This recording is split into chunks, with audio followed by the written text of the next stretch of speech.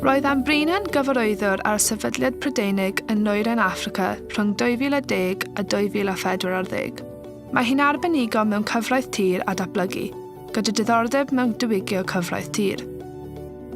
Cafodd ei denu gan Enw Da Caerdydd fel canolfan arweinol ar gyfer ymchwil cyfreithiol gymdeithasol.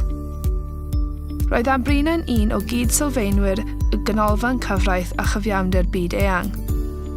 Mae'r rhaglen pro bono cyfiawnder byd eang yn gyfle i fyfyrwyr baratoi achosion cyfreithiol yn ymwneud â materion cyfreithiol trawsgenedlaethol.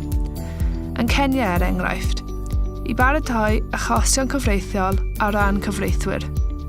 Amlieithrwydd yw ei hoff beth am Gaerdydd. Mae hi'n teimlo ei bod hi'n bwysig iawn fod Caerdydd yn brifysgol ddwyieithog, yn hytrach nag un uniaith Saesneg. Mae hi'n credu bod Caerdydd yn ddinas eangfrydig a Chymru'n wlad eangfrydig. Mae Cymru'n falch o'i thraddodiadau rhyngwladol. Mae'n hollol hanfodol i Anne Brennan fod mewn lle rhyngwladol, fel Caerdydd, i wneud y math o waith y mae hi eisiau ei wneud.